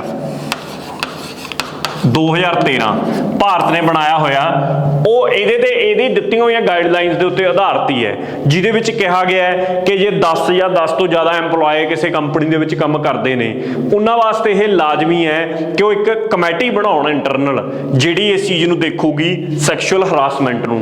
ਉਹ ਕਮੇਟੀ ਦੇ ਵਿੱਚ ਉਸ ਸੰਸਥਾਨ ਦੇ ਬੰਦੇ ਵੀ ਹੋਣੇ ਚਾਹੀਦੇ ਨੇ ਤੇ ਉੱਥੋਂ ਦੀ ਲੋਕਲ ਕਿਸੇ ਐਡਮਿਨਿਸਟ੍ਰੇਸ਼ਨ ਦਾ ਬੰਦਾ ਵੀ ਹੋਣਾ ਚਾਹੀਦਾ ਵਿੱਚ ਇੱਕ, ਠੀਕ ਹੈ। ਤਾਂ ਇਹੋ ਜਿਹੀਆਂ ਕੁਝ ਗਾਈਡਲਾਈਨਸ ਨੇ ਜਿਹੜੀਆਂ ਇਹਦੇ ਤਹਿਤ ਦਿੱਤੀਆਂ ਜਾਂਦੀਆਂ ਨੇ।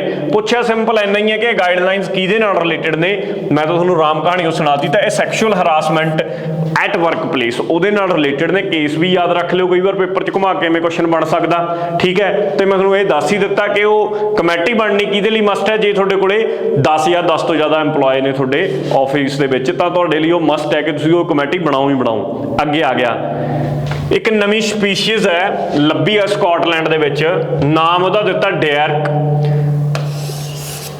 SGI, ਇਹਨੂੰ ਕੀ ਬੋਲਾਂਗੇ ਆਪਾਂ, ਜਿਆਥ ਨਾਕ, ਕੁਝ ਵੀ ਬੋਲੋ ਯਾਰ, ਕਿਉਂਕਿ ਬੜਾ ਹੁਣ ਇਹਦੇ ਵਿੱਚ ਕੀ ਸਾਇਲੈਂਟ ਹੈ ਕੀ ਨਹੀਂ, ਉਹ ਦੇਸ਼ ਦੇ ਹਿਸਾਬ ਨਾਲ ਹੀ ਬੋਲਦੇ ਹੋਣਗੇ, ਰਾਈਟ। ਬਸ ਡੈਰ ਯਾਦ ਕਰ ਲਓ ਸਿੰਪਲੀ, ਡੈਰਕ ਜਿਹੜਾ ਦਾ ਨਾਮ ਹੈ। ਇਹ ਕਿਹੜੀ ਸਪੀਸ਼ੀਜ਼ ਹੈ? ਫਲਾਈਂਗ ਰੈਪਟਾਈਲ ਹੈ, ਠੀਕ ਹੈ। ਫਲਾਈਂਗ ਰੈਪਟਾਈਲ ਦੀ ਸਪੀਸ਼ੀਜ਼ ਆ, ਉੱਡਣ ਵਾਲਾ, ਤੇ ਇਹਨੂੰ ਖੋਜਿਆ ਗਿਆ ਹੈ, ਠੀਕ ਹੈ, ਇਸ ਸਪੀਸ਼ੀਜ਼ ਨੂੰ। ਤਾਂ ਬੇਸਿਕਲੀ ਇਹਨਾਂ ਨੇ ਇਹੀ ਪੁੱਛਿਆ ਵੀ ਇਹ ਲਗਭਗ ਮੰਨਿਆ ਜਾ ਰਿਹਾ ਕਿ ਇੰਨਾ ਲੰਬਾ ਸੀ, 1.6 ਤੋਂ ਲੈ ਕੇ 1.8 ਮੀਟਰ, ਤੇ 170 ਮਿਲੀਅਨ ਸਾਲ ਪੁਰਾਣਾ ਮੰਨਿਆ ਜਾ ਰਿਹਾ ਹੈ। ਜੋ ਇਹਦੇ ਬਾਅਦ ਚ ਅੰਕੜੇ ਇਹਨਾਂ ਨੇ ਕੱਢੇ ਵੀ ਕਿੰਨੇ ਸਾਲ ਪੁਰਾਣਾ, ਜਿਵੇਂ C14 carbon dating and all, ਕਿੰਨੀਆਂ ਟੈਕਨੀਕਸ ਆਉਂਦੀਆਂ ਨੇ ਲੱਭਣ ਵਾਸਤੇ ਕਿ ਕਿੰਨਾ ਪੁਰਾਣੀ ਕੋਈ ਚੀਜ਼ ਹੋਊਗੀ, ਤਾਂ ਉਸ ਹਿਸਾਬ ਨਾਲ ਇਹਨੂੰ ਲੱਭਿਆ ਗਿਆ। ਤਾਂ ਇਹਦਾ ਨਾਮ ਤੁਸੀਂ ਦੇਖ ਸਕਦੇ ਹੋ ਇੱਥੋਂ ਪੜ੍ਹ ਲੈਣਾ ਆਪਾਂ, ਜੇ ਪੰਜਾਬੀ 'ਚ ਸ਼ਾਇਦ ਕੁਛ ਆ ਜਾਊਗਾ, ਪਟੇਸੌਰਸ। ਮਤਲਬ ਇਹ ਵੀ ਐਗਜ਼ੈਕਟ ਮੈਂ ਨਹੀਂ ਕਹਿ ਸਕਦਾ ਕਿ ਆਹੀ ਹੋਊਗਾ, ਕਿਉਂਕਿ ਪ੍ਰੋਨਾਂਸੀਏਸ਼ਨ ਕਈ ਵਾਰ ਹੋਰ ਨਿਕਲ ਜਾਂਦੀ ਹੈ ਜਦੋਂ ਕਿਸੇ ਹੋਰ ਦੇਸ਼ ਦੀ ਲੈਂਗੁਏਜ ਆਪਾਂ ਦੇਖਦੇ ਹਾਂ, ਉੱਥੇ ਕੁਛ ਨਾ ਕੁਛ ਸਾਇਲੈਂਟ ਵੀ ਹੋ ਸਕਦਾ ਹੈ, ਕੋਈ PO ਸਾਇਲੈਂਟ ਹੋਵੇ ਜਾਂ ਕੁਛ ਹੋਰ ਹੋਵੇ। ਬਸ ਮੇਨ ਤੁਸੀਂ ਆਹ ਧਿਆਨ ਦੇ ਵਿੱਚ ਰੱਖੋ, ਨਾਮ ਵੈਸੇ ਯਾਦ ਹੋ ਹੀ ਜਾਊਗਾ, ਠੀਕ ਹੈ, ਦੈਟ ਇਜ਼ ਡੈਰਕ। ਅੱਗੇ ਚੱਲਦੇ ਹਾਂ। ਅੱਗੇ ਆ ਗਿਆ ਮੇਰੇ ਕੋਲੇ, ਇਹ ਦੋ ਵਰਡ ਸਪੀਸ਼ੀਜ਼ ਨੇ। ਇੱਕ ਤਾਂ ਹੈਗਾ ਮੇਰੇ ਕੋਲੇ ਮੀਮਾ ਨਾਵਿਸ ਡਕਟ੍ਰਿਕਸ, ਇੱਕ ਹੈਗਾ ਬ੍ਰੈਬੀਡੈਂਟਿਸ ਜ਼ਾਨਗੀ। ਬਸ ਆ ਯਾਦ ਰੱਖ ਲਓ, ਡਕਟ੍ਰਿਕਸ ਤੇ ਜ਼ਾਨਗੀ। ਇਹ ਦੋ ਕਿਹੜੀਆਂ ਸਪੀਸ਼ੀਜ਼ ਨੇ? ਜ਼ਿਆਦਾ ਤਾਂ ਪੇਪਰ ਇਹੀ ਪੁੱਛਦਾ, PPSC ਪੁੱਛਦੀ ਆ ਖਾਸ ਕਰਕੇ, ਇਹੋ ਜਿਹੇ ਔਖੇ ਜਿਹੇ ਨਾਮ ਦੇ ਕੇ ਇਹ ਸਪੀਸ਼ੀਜ਼ ਕਿਹਦੀ ਸੀ? ਵਰਡ ਦੀ ਸਪੀਸ਼ੀਜ਼ ਸੀ, ਕੋਈ ਰੈਬਿਟ ਹੈ, ਜਾਂ ਫਿਰ ਤੁਸੀਂ ਕਹਿ ਲਓ ਕਿ ਕੋਈ ਹੋਰ ਸਪੀਸ਼ੀਜ਼ ਕਹਿ ਸਕਦਾ, ਰੈਪਟਾਈਲ ਦੀ ਸਪੀਸ਼ੀਜ਼ ਸੀ ਕੋਈ, ਤਾਂ ਐਵੇਂ ਦੇ ਸਵਾਲ ਪੁੱਛੇ ਜਾਂਦੇ ਨੇ, ਜਾਂ ਕੋਈ ਐਨੀਮਲ ਸੀ। ਚਾਈਨਾ ਦੇ ਵਿੱਚ ਲੱਭੀਆਂ ਗਈਆਂ ਨੇ ਦੋ ਇਹ ਸਪੀਸ਼ੀਜ਼, ਪੁਰਾਣੀਆਂ ਮੰਨੀਆਂ ਜਾ ਰਹੀਆਂ ਨੇ ਕਿ ਇਹ ਵੀ 120 ਮਿਲੀਅਨ ਈਅਰਸ ਪੁਰਾਣੀਆਂ ਸਪੀਸ਼ੀਜ਼ ਨੇ, ਵਰਲਡ ਦੀਆਂ ਸਪੀਸ਼ੀਜ਼ ਨੇ, ਠੀਕ ਹੈ। ਅੱਗੇ ਚੱਲਦੇ ਹਾਂ ਅਗਲੇ ਸਵਾਲ ਤੇ।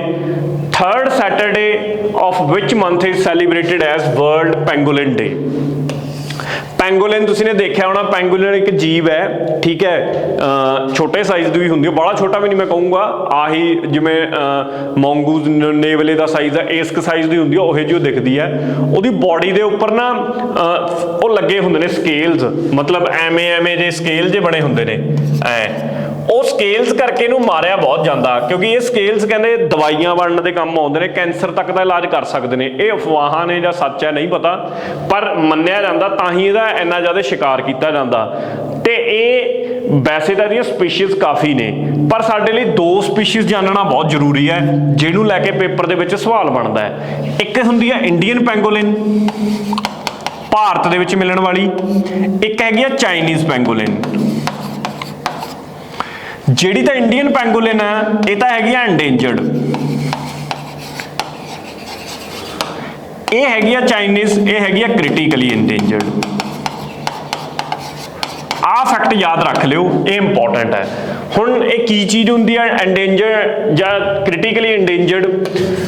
ਐਨਵਾਇਰਨਮੈਂਟ ਦੇ ਵਿੱਚ ਜੇ ਮੈਂ ਜਾਵਾਂ, ਇੱਕ ਸੰਸਥਾ ਹੈ ਐਨਵਾਇਰਨਮੈਂਟ ਦੇ ਵਿੱਚ IUCN, ਉਹਨੂੰ IUCN ਦੇ ਨਾਲ ਬੁਲਾਇਆ ਜਾਂਦਾ।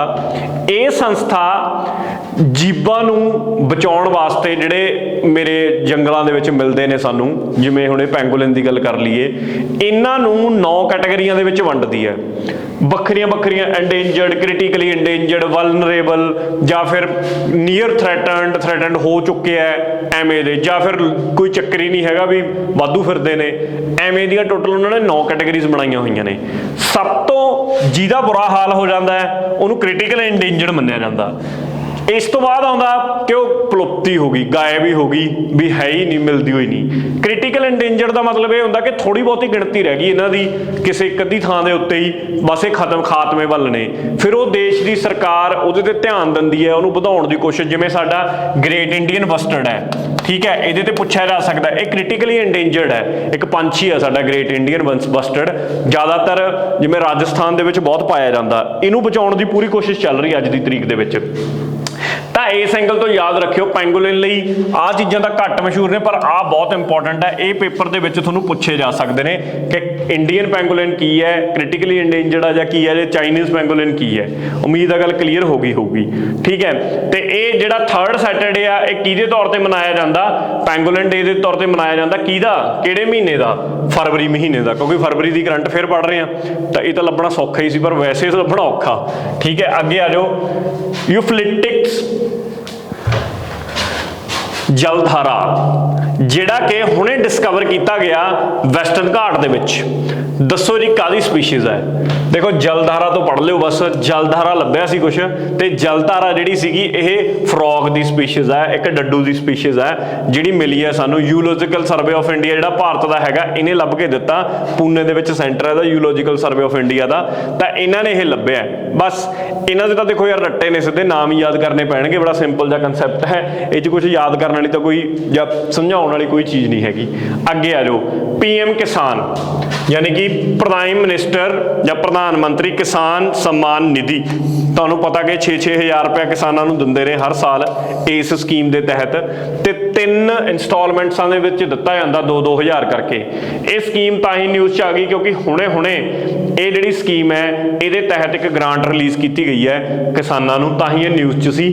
ਫੁੱਲ ਫਾਰਮ ਯਾਦ ਕਰ ਲਿਓ, ਕੀ ਹੁੰਦਾ ਇਸ ਸਕੀਮ ਦੇ ਵਿੱਚ, 3 ਇੰਸਟਾਲਮੈਂਟਾਂ ਦੇ ਵਿੱਚ ਦਿੱਤਾ ਜਾਂਦਾ, ਆਹ ਗੱਲ ਯਾਦ ਰੱਖਿਓ। ਬਾਕੀ ਤਾਂ ਇਹਦੇ ਵਿੱਚ ਕੋਈ ਬੜਾ ਔਖਾ ਹੈ ਨਹੀਂ ਇਸ ਸਕੀਮ ਦੇ ਵਿੱਚ। ਅੱਗੇ ਆ ਜਾਓ ਅਗਲੇ ਕੁਐਸਚਨ ਤੇ। ਕਿਹੜਾ ਸਪੇਸ ਮਿਸ਼ਨ ਹੈ ਜਾਂ ਸੈਟੇਲਾਈਟ ਹੈ ਇਸਰੋ ਦਾ ਜਿਹਨੇ ਡਿਟੈਕਟ ਕੀਤੀ ਹੈ solar proton events? Solar proton events detect ਕੀਤੇ ਨੇ ਇਹ ਹੈਗਾ ਜੀ ਚੰਦਰਯਾਨ 2।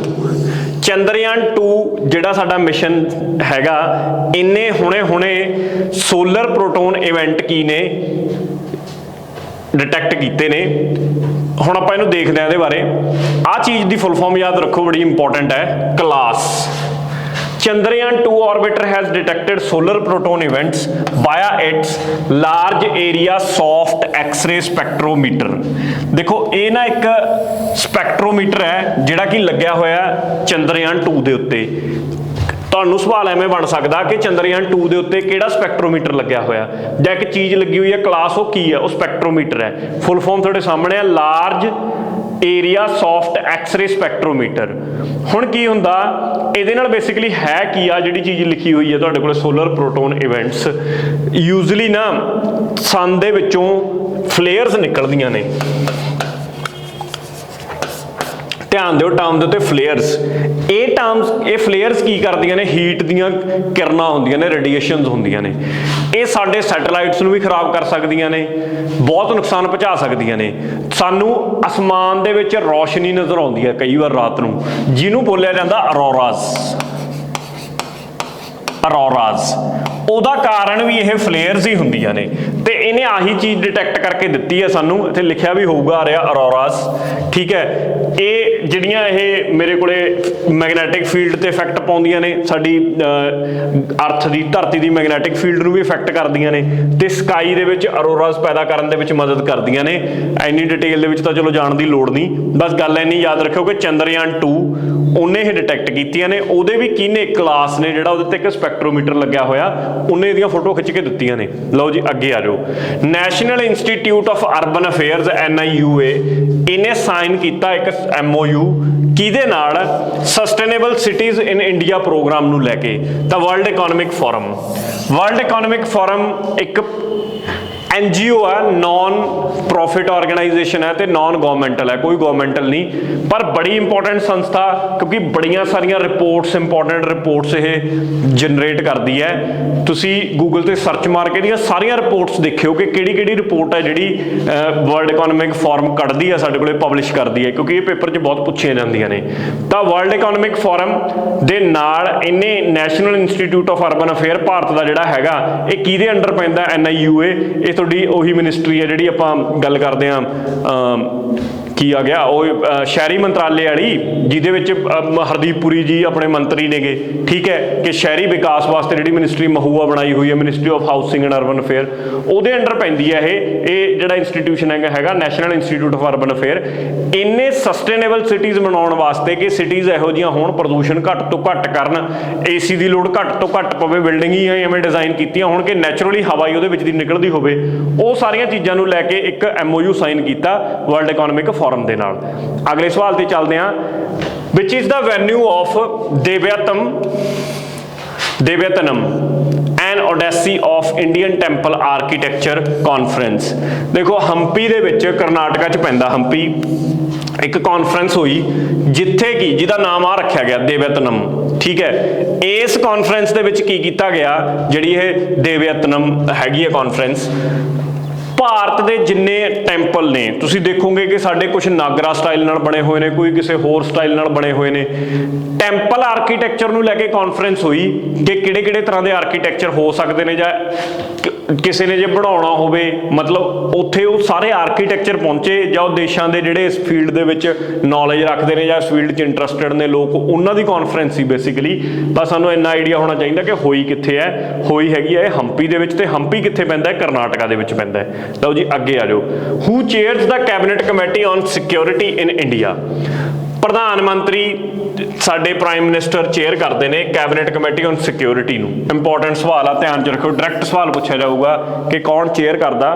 ਤਾਂ ਇਹ ਕਦੋਂ ਬੁਲਾਈ ਗਈ ਸੀ? ਜਦੋਂ ਰੌਲਾ ਪਿਆ ਸੀਗਾ ਇਹਨਾਂ ਦਾ ਆਪਸ ਦੇ ਵਿੱਚ ਰਸ਼ੀਆ ਤੇ ਯੂਕਰੇਨ ਦਾ, ਤਾਂ ਉਦੋਂ ਇਸ ਪਰਟੀਕੂਲਰ ਦੁਬਾਰਾ ਕੈਬਨਿਟ ਕਮੇਟੀ ਬੁਲਾਈ ਗਈ ਸਿਕਿਉਰਿਟੀ ਦੇ ਉੱਤੇ ਕਿ ਭਾਰਤ ਦਾ ਕੀ ਸਟੈਂਡ ਹੋਣਾ ਚਾਹੀਦਾ ਇਸ ਪਰਟੀਕੂਲਰ ਮਸਲੇ 'ਚ ਤੇ ਸਾਡੇ ਲੋਕਾਂ ਨੂੰ ਕਿਵੇਂ ਕੱਢਿਆ ਜਾ ਸਕਦਾ ਉੱਥੋਂ, ਠੀਕ ਹੈ। ਉਹ ਸਾਰੇ ਮਸਲਿਆਂ ਦੇ ਉੱਤੇ ਇਹਨਾਂ ਨੇ ਚਰਚਾ ਕੀਤੀ। ਅੱਗੇ ਆ ਜਾਓ। 234 ਕੁਐਸਚਨ।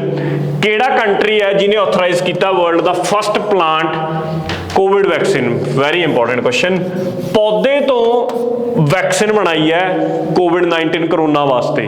ਤਾਂ ਆਨਸਰ ਹੈਗਾ ਕੈਨੇਡਾ। ਕੈਨੇਡਾ ਕਹਿ ਲਓ ਕਿ ਇਹਨਾਂ ਨੇ ਇਹ ਆਪਣੇ ਕੋਲੇ ਪਹਿਲੀ ਪਲਾਂਟ ਵਿਹਾਵਡ ਵੈਕਸੀਨ ਬਣਾਈ ਹੈ, ਜਿਹੜੀ ਪਲਾਂਟ ਦੀ ਮਦਦ ਦੇ ਨਾਲ ਬਣਾਈ ਗਈ ਹੈ। 2 ਡੋਜ਼ਸ ਲੈਣੀਆਂ ਪੈਣਗੀਆਂ ਇਹਦੀਆਂ, ਤੇ ਬਾਕੀ ਉਹੀ ਕਿ 18 ਤੋਂ 64 ਸਾਲ ਦੇ ਉਮਰ ਦੇ ਕਿਸੇ ਵੀ ਬੰਦੇ ਨੂੰ ਲਾਈ ਜਾ ਸਕਦੀ ਹੈ ਇਹ। ਅੱਗੇ ਆ ਜਾਓ, ਅਗਲੇ ਕੁਐਸਚਨ ਤੇ ਚੱਲਦੇ ਹਾਂ। Which of the following is the capital account component of balance of payment? देखो balance of payment ਇਹ ਪੂਰੀ ਇਕਨੋਮੀ ਦਾ ਕਨਸੈਪਟ ਹੈ, ਹਲਕਾ ਫੁਲਕਾ ਜਿਹਾ ਮੈਂ ਦੱਸਣ ਦੀ ਕੋਸ਼ਿਸ਼ ਕਰਦਾ, ਜੇ ਤੁਹਾਨੂੰ ਸਮਝ ਆਊਗਾ। ਤਾਂ ਮੇਰੇ ਕੋਲੇ 2 ਚੀਜ਼ਾਂ ਹੁੰਦੀਆਂ ਨੇ ਇਹਦੇ ਵਿੱਚ, ਇੱਕ ਕੈਪੀਟਲ ਅਕਾਊਂਟ ਹੁੰਦਾ, ਇੱਕ ਕਰੰਟ। ਇਹ 2 ਮਿਲ ਕੇ ਮੇਰੇ ਕੋਲੇ ਬੈਲੈਂਸ ਆਫ ਪੇਮੈਂਟ ਬਣਾਉਂਦੇ ਨੇ। ਕਰੰਟ ਅਕਾਊਂਟ ਦੇ ਵਿੱਚ ਆਈ ਚਲਾਈ ਵਾਲੀਆਂ ਚੀਜ਼ਾਂ, ਜਿਹਦੇ ਤੋਂ ਕੋਈ ਇਨਫਰਾਸਟ੍ਰਕਚਰ ਨਹੀਂ ਕ੍ਰੀਏਟ ਹੋ ਰਿਹਾ, ਮਤਲਬ ਇਹ ਨਹੀਂ ਹੈਗਾ ਕਿ ਸਰਕਾਰ ਕਿਤੇ ਇਨਵੈਸਟ ਕਰਕੇ ਕੋਈ ਇਨਫਰਾਸਟ੍ਰਕਚਰ ਕ੍ਰੀਏਟ ਕਰ ਰਹੀ ਹੈ, ਬਾਅਦ ਚ ਉਹਦੇ ਤੋਂ ਕਮਾਈ ਕਰੂਗੀ। ਇਹਦੇ 'ਚ ਇਹੋ ਜਿਹਾ ਕੁਛ ਨਹੀਂ ਹੁੰਦਾ। ਕੈਪੀਟਲ ਮਤਲਬ ਉਹ ਚੀਜ਼ ਆ ਗਈ ਜਿੱਥੇ ਸਰਕਾਰ ਇਨਫਰਾਸਟ੍ਰਕਚਰ ਕ੍ਰੀਏਟ ਕਰੂਗੀ। ਹੁਣ ਆਹ 4 ਆਪਸ਼ਨਾਂ ਦਿੱਤੀਆਂ ਹੋਈਆਂ, trade of goods, trade of services, income from, ਇਹਦੇ ਵਿੱਚੋਂ ਕੈਪੀਟਲ ਅਕਾਊਂਟ ਪੁੱਛਿਆ। ਹੁਣ FDI ਜੇ ਆਊਗੀ, ਫੋਰਨ ਡਾਇਰੈਕਟ ਇਨਵੈਸਟਮੈਂਟ, ਠੀਕ ਹੈ, ਪਹਿਲਾਂ ਤਾਂ 2 ਚੀਜ਼ਾਂ ਦਾ ਫਰਕ ਸਮਝੋ। ਇੱਕ ਹੁੰਦੀ ਹੈ FII ਜਾਂ ਇਹਨੂੰ FPI ਵੀ ਕਹਿੰਦੇ ਨੇ, ਪੋਰਟਫੋਲੀਓ ਇਨਵੈਸਟਮੈਂਟ। ਜੇ ਤਾਂ ਤੁਸੀਂ ਕਿਸੇ ਕੰਪਨੀ ਦੇ ਵਿੱਚ 10% ਤੱਕ ਪੈਸਾ ਇਨਵੈਸਟ ਕਰਦੇ ਹੋ ਤਾਂ ਉਹ FII ਕਹਾਉਂਦੀ ਹੈ ਜਾਂ FPI ਕਹਾਉਂਦੀ ਹੈ। ਜੇ 10% ਤੋਂ ਜ਼ਿਆਦਾ ਪੈਸਾ ਤੁਸੀਂ ਇਨਵੈਸਟ ਕਰਦਾ ਨੇ ਉਸ ਕੰਪਨੀ ਦੇ ਵਿੱਚ ਤਾਂ ਉਹ FDI ਬਣ ਜਾਂਦੀ ਹੈ। FDI ਕਿਸੇ ਨੇ ਇਨਵੈਸਟ ਕੀਤੀ, ਇਹਦਾ ਮਤਲਬ ਕਾਫੀ ਮੋਟੀ ਅਮਾਊਂਟ ਇਨਵੈਸਟ ਕੀਤੀ ਹੈ ਤੇ ਉਹ ਇਨਫਰਾ ਦੇ ਲਈ ਹੋਊਗੀ, ਉਹ ਸਾਡੇ ਬਣੂਗੀ ਤਾਂ ਸਾਡੇ ਦੇਸ਼ 'ਚ ਹੀ ਨਾ, ਉਹ ਕੰਪਨੀ ਚੱਲੂਗੀ, ਉਹਦਾ ਇਨਫਰਾ ਸਭ ਕੁਝ ਹੋਊਗਾ। ਦੋਨਾਂ ਨੂੰ ਹੀ ਬੇਸਿਕਲੀ, ਇਹ ਦੋਨਾਂ ਨੂੰ ਹੀ ਕੈਪੀਟਲ ਦੇ ਵਿੱਚ ਕਾਊਂਟ ਕੀਤਾ ਜਾਂਦਾ। ਬਾਕੀ ਜਿੰਨੀਆਂ ਲਿਖੀਆਂ ਨੇ, ਗੁੱਡਸ ਦਾ ਟ੍ਰੇਡ ਹੁੰਦਾ, ਜਿੰਨਾ ਵਪਾਰ ਹੁੰਦਾ, ਠੀਕ ਹੈ, ਸਰਵਿਸਿਜ਼ ਦਾ ਵਪਾਰ ਹੁੰਦਾ। ਜਿਵੇਂ ਹੁਣ ਅਸੀਂ ਤੁਹਾਨੂੰ ਪੜ੍ਹਾ ਰਹੇ ਹਾਂ ਤੇ ਤੁਸੀਂ ਸਾਡੇ ਤੋਂ ਅਸੀਂ ਸਰਵਿਸ ਪ੍ਰੋਵਾਈਡਰ ਹੈ, ਤੁਸੀਂ ਸਰਵਿਸ ਲਈ ਹੋਈ ਹੈ ਜਿਹੜੇ ਪੜ੍ਹ ਰਹੇ ਹੋ, ਠੀਕ ਹੈ। ਇਹਦੇ ਵਿੱਚ ਕੋਈ ਇਨਫਰਾ ਵਾਲਾ ਕੋਈ ਚੱਕਰ ਹੀ ਨਹੀਂ ਹੈਗਾ ਇਹੋ ਜਿਹਾ, ਠੀਕ ਹੈ। ਤਾਂ ਇਹ ਸਾਰੇ ਕਿਹਦੇ ਅੰਡਰ ਪੈਣਗੇ? ਇਹ ਸਾਰੇ ਪੈਣਗੇ ਕਰੰਟ ਅਕਾਊਂਟ ਦੇ ਅੰਡਰ। ਮੇਰੇ ਕੋਲੇ ਇਨਕਮ, ਗਿਫਟ ਤੋਂ ਡੋਨੇਸ਼ਨਾਂ ਆਉਂਦੀਆਂ ਨੇ, ਉਹ ਸਾਰੀਆਂ ਚੀਜ਼ਾਂ ਇਹਦੇ 'ਚ ਕਾਊਂਟ ਹੁੰਦੀਆਂ ਨੇ। ਬੇਸਿਕਲੀ ਆਪਣੇ ਆਪ 'ਚ ਬੜਾ ਵੱਡਾ ਟੌਪਿਕ ਹੈ, ਪੜ੍ਹਨ ਦੇ ਲਈ ਜੇ ਆਪਾਂ ਪੜ੍ਹਿਆ ਜਾਵੇ ਕਿਸੇ ਦਿਨ ਇਹਨੂੰ। ਇਕੋਨਮੀ ਦੇ ਵਿੱਚ ਆਪਾਂ ਪੜ੍ਹਦੇ ਹਾਂ, ਬੇਸਿਕਲੀ ਇਕੋਨਮੀ 'ਚ ਪੜ੍ਹਾਇਆ ਜਾਂਦਾ ਗਾ। ਬਸ ਇੱਥੇ ਮੋਟਾ ਆਈਡੀਆ ਤੁਹਾਨੂੰ ਹੋਣਾ ਚਾਹੀਦਾ ਇਹਦੇ ਬਾਰੇ। ਜਿੰਨਾ ਕੁ ਮੈਂ ਦੱਸਦਾ ਇੰਨਾ ਕੁ ਵੀ ਰੱਖ ਲਓਗੇ ਤਾਂ ਤੁਹਾਡਾ ਇਹੋ ਜਿਹਾ ਕੁਐਸਚਨ ਸੋਲਵ ਹੋ ਸਕਦਾ। ਅੱਗੇ ਆ ਜਾਓ। ਇੱਕ ਸੋਲਰ ਫੋਟੋਵੋਲਟਿਕ ਪਾਵਰ ਪਲਾਂਟ ਹੈ Indian railways the, which directly feeds power to the traction has been developed in which place? देखो आ भेल ने Bharat heavy electrical limited, sari एक पावर PSU है, ठीक है, यानी कि सरकारी कंपनी है एक, पब्लिक सैक्टर अंडरटेकिंग। इन्हें सक्सैसफुली कमीशन किया 1.7 मैगावाट का solar power plant Indian railways वास्ते, ठीक है, जिहड़ा कि सीधा डायरैक्टली पावर दूगा उस ट्रेन नूं ट्रैक दे उत्थों चलण वास्ते। कित्थे होया? आ जगह का नाम हैगा बीना ते पैंदी कित्थे है? पैंदी हैगी है मध्य प्रदेश। आ चीज़ ध्यान दे विच रखो, बीना मध्य प्रदेश दे विच यह थां है, उत्थे इस चीज़ नूं इंप्लीमेंट कराया गया। लो जी अगे चलते हैं अगले सवाल ते। सीधा फैक्चुअल सवाल ज़्यादा ने जिहड़े आ रहे हैं ते पुछे भी अजकल फैक्चुअली ज़्यादा जा रहे हैं, तो सानू उस एंगल तो ही पढ़ने की जरूरत है। Government of which state has approved the new film policy for 2022? Delhi ने फिल्मां वास्ते एक नवी पॉलिसी लैके आई है 2022, इनू ध्यान च रख लियो। तो दिल्ली जिहड़ी UT है उन्होंने यह पॉलिसी सैट की है। एक फंड भी बनाया इन्होंने 50 करोड़ का, जिन्होंने कहा गया दिल्ली फिल्म फंड, सपोर्ट करने वास्ते इन्हां फिल्म फैसटिवल्स नूं जां फिर जिहड़े भी ये प्रोसीजर इन्होंने फॉलो करने पैणगे जिहदे वास्ते ये पॉलिसी के अकॉर्डिंग ही चल सकन। आगे आ जाओ। 238 क्वेश्चन, किहड़ी मिनिस्ट्री है जिन्हें डेवलप किया ओमवर्ड पर्सन ऐप फॉर मनरेगा? ये बड़ी इंपॉर्टेंट एक नवी चीज़ आई है, इंपॉर्टेंट है सवाल, ध्यान च रखियो। ये मिनिस्ट्री ऑफ रूरल डेवलपमेंट है, क्योंकि रूरल डेवलपमेंट का ही बेसिकली ये प्रोजेक्ट है जिहड़ा इंप्लीमेंट करता मनरेगा नूं। ये कहंदे हुण तो जिहड़ा भी स्टेट ये पर्टिकुलर ओमवर्ड्स पर्सन लाऊगा अपने सूबे दे विच, उन्होंने ही असी ग्रांट रिलीज़ करांगे, मनरेगा च नहीं करांगे। ओमवर्ड्समैन की हुंदा? तुहाडे जिवें अपने जिहड़ा उस दे फंड्स दे उत्ते निगाह रखूगा, कला कला खर्चा गिनाऊगा भी किधर गया, सही प्रॉपरली चैनलाइज होया कि नहीं होया। ओमवर्ड्समैन का कंसैप्ट जिहड़ा हैगा स्वीडन तो आया होया बेसिकली। पंजाब इंडिया दे विच तुहानूं पता होऊगा कि लोकपाल ते लोकयुक्ता आ 2 पोस्टां ने, सूबियां दे विच लोकयुक्ता, सेंटर दे विच लोकपाल। ये ओमवर्ड्समैन दी कंसैप्ट ने। ये सरकार दे उत्ते निगाह रखणगे, सरकारी कर्मचारियों ते निगाह रखणगे, IAS PCS उत्ते कि वो तो नहीं कोई गड़बड़ा कर रहे। तो एवें ही इन्हां ने इस स्कीम दे उत्ते ओमवर्ड्समैन लाउण नूं कहा है। तो ये रूरल डेवलपमेंट की स्कीम है, तो यूनीयन मिनिस्ट्री ने क्लीयर किया भी ये तुहानूं जे लाओगे तां ही तुहानूं पैसा रिलीज़ करांगे, नहीं पैसा रिलीज़ करांगे। आ जाओ, किहड़े मंत्रालय ने लॉन्च की है policy on biomedical innovation and entrepreneurship? तो बायोमैडिकल नूं लैके हैल्थ मिनिस्ट्री कर सकती है इहो जिहा काम, ठीक है। बायोमैडिकल इहदे विच की होऊगा कि ਪਾਲਿਸੀ ਦੇ ਅਕੋਰਡਿੰਗਲੀ ਡਾਕਟਰ ਜਿਹੜੇ ਹੈਗੇ ਨੇ ਉਹ ਪਰਸੂ ਕਰ ਸਕਦੇ ਨੇ entrepreneurship ventures ਬਾय the way of startup companies, assume roles of adjunct positions in the non-executive director of the scientific advisor in companies। मतलब ਕਹਿਣ ਦਾ ਇਹੀ ਹੈ ਕਿ ਮੈਡੀਕਲ ਜਿਹੜੇ ਪ੍ਰੋਫੈਸ਼ਨਲਸ ਨੇ ਜਾਂ ਸਾਇੰਟਿਸਟ ਨੇ ਉਹਨਾਂ ਵਾਸਤੇ ਇਹ ਪਾਲਿਸੀ ਕਿ ਉਹ ਐਂਟਰਪ੍ਰੀਨਿਓਰ ਦਾ ਕੰਮ ਕਰ ਸਕਦੇ ਨੇ, ਕਿਸੇ ਪ੍ਰਾਈਵੇਟ ਕੰਪਨੀ ਦੇ ਵਿੱਚ ਜਾ ਕੇ ਕੱਚੀ ਜੀ ਡਾਇਰੈਕਟਰ ਦੀ ਪੋਸਟ ਲੈ ਸਕਦੇ ਨੇ, ਜਿਵੇਂ ਇਹਨਾਂ ਨੇ ਲਿਖਿਆ ਨਾਨ ਐਗਜ਼ੈਕਟਿਵ ਡਾਇਰੈਕਟਰ, ਵੀ ਉੱਥੇ ਉਹਨਾਂ ਨੂੰ ਐਜ਼ ਅ ਐਡਵਾਈਜ਼ਰ ਕਹਿ ਲਓ ਕਿ ਐਡਵਾਈਜ਼ ਕਰਕੇ ਤੁਸੀਂ ਉਹਨਾਂ ਨੂੰ ਉਹਨਾਂ ਦਾ ਕੰਮ ਚਲਵਾ ਸਕਦੇ ਹੋ। ਤਾਂ ਉਸ ਪਰਪਸ ਵਾਸਤੇ ਜਿਹੜੀ ਹੈਗੀ ਇਹ ਮੇਰੇ ਕੋਲੇ ਲਾਂਚ ਕੀਤੀ ਗਈ ਆ ਪਾਲਿਸੀ ਔਨ ਬਾਇਓਮੈਡੀਕਲ ਇਨੋਵੇਸ਼ਨ ਤੇ ਐਂਟਰਪ੍ਰੀਨਿਓਰਸ਼ਿਪ। ਲਾਸਟ ਕੁਐਸਚਨ ਆਪਣਾ ਅੱਜ ਦਾ, ਮਿੱਟੀ ਇਹ ਉਹ ਮਿੱਟੀ ਨਹੀਂ ਹੈਗੀ, ਠੀਕ ਹੈ, ਮਿਨਿਸਟਰੀ ਆਫ ਜਿਹੜਾ IT ਐਂਡ ਟੈਕਨੋਲੋਜੀ ਵਾਲੀ ਆਪਣੀ, ਇਹ ਮਿੱਟੀ ਅਲੱਗ ਹੈ। ਇੱਕ ਮੇਜਰ ਉੱਥੇ ਤਾਂ ਬਾਈ ਪੈਂਦਾ, ਉਹ ਤਾਂ ਐਵੇਂ ਪੈਂਦਾ ਹੈ, ਇਹਨੂੰ ਧਿਆਨ 'ਚ ਰੱਖਿਓ, MEIT ਬਾਈ, ਇਹ ਆਈ ਹੈ। ਇੱਕ ਕਮਿਊਨਿਟੀ ਹੈ ਇਹ ਮਿੱਟੀ ਜਿਹੜੀ ਡਿਮਾਂਡ ਕਰ ਰਹੀ ਹੈ ਕਿ ਸਾਨੂੰ ਸ਼ਡਿਊਲ ਟ੍ਰਾਈਬ ਦਾ ਦਰਜਾ ਦਿੱਤਾ ਜਾਵੇ। ਕਿੱਥੇ ਹੈ ਇਹ ਮਨੀਪੁਰ 'ਚ ਹੈ। ਇਹਨਾਂ ਨੇ ਪਿੱਛੇ ਦੇ ਧਰਨਾ ਵੀ ਲਾਇਆ ਜਾਂ ਆਵਾਜ਼ ਚੱਕੀ ਹੈ ਕਿ ਸਾਨੂੰ ਦਰਜਾ ਦਿੱਤਾ ਜਾਵੇ ਕਿਹਦਾ, ਸ਼ਡਿਊਲ ਟ੍ਰਾਈਬ ਦਾ। ਪਰ ਸ਼ਡਿਊਲ ਟ੍ਰਾਈਬ ਦਾ ਦਰਜਾ ਹੀ ਨਹੀਂ ਨਾ ਦਿੱਤਾ ਜਾ ਸਕਦਾ, ਉਹਦੇ ਲਈ ਤਾਂ ਬਹੁਤ ਕੁਝ ਪਾਪੜ ਵੇਲਣੇ ਪੈਣਗੇ ਪਹਿਲਾਂ, ਤਾਂ ਹੀ ਸ਼ਡਿਊਲ ਟ੍ਰਾਈਬ ਦਾ ਦਰਜਾ ਮਿਲਦਾ। ਮਤਲਬ ਕੁਝ ਨਿਯਮ ਨੇ ਜਿਹਦੇ ਤਹਿਤ ਦਿੱਤਾ ਜਾ ਸਕਦਾ, ਪਰ ਬੇਸਿਕਲੀ ਇਹ ਨਿਊਜ਼ ਦੇ ਵਿੱਚ ਸੀਗਾ ਤਾਂ ਕਰਕੇ ਇਹ ਆਪਣੇ ਕੋਲ ਸਾਹਮਣੇ ਆ ਗਿਆ। ਤਾਂ ਇਹਨੂੰ ਧਿਆਨ 'ਚ ਰੱਖਿਓ, ਐਂ ਪੁੱਛਿਆ ਜਾਊਗਾ ਕਿ ਮਿਟਾਈ ਕਮਿਊਨਿਟੀ ਕਿਹੜੇ ਸੂਬੇ ਤੋਂ ਆ, ਤਾਂ ਇਹ ਹੈਗੀ ਆ ਮਨੀਪੁਰ ਸੂਬੇ ਤੋਂ। ਤਾਂ ਇਹ ਆਪਣੇ ਫਰਵਰੀ ਦੇ ਕਰੰਟ ਅਫੇਅਰ ਇੱਥੇ ਕੰਪਲੀਟ ਹੁੰਦੇ ਨੇ। ਤੇ ਅੱਜ ਦੇ ਲਈ ਇੰਨਾ ਹੀ ਸੀ। ਤੁਸੀਂ ਪੇਸ਼ੈਂਸ ਨਾਲ ਸੁਣਿਆ, ਤੁਹਾਡਾ ਬਹੁਤ ਬਹੁਤ ਧੰਨਵਾਦ। Thank you for watching.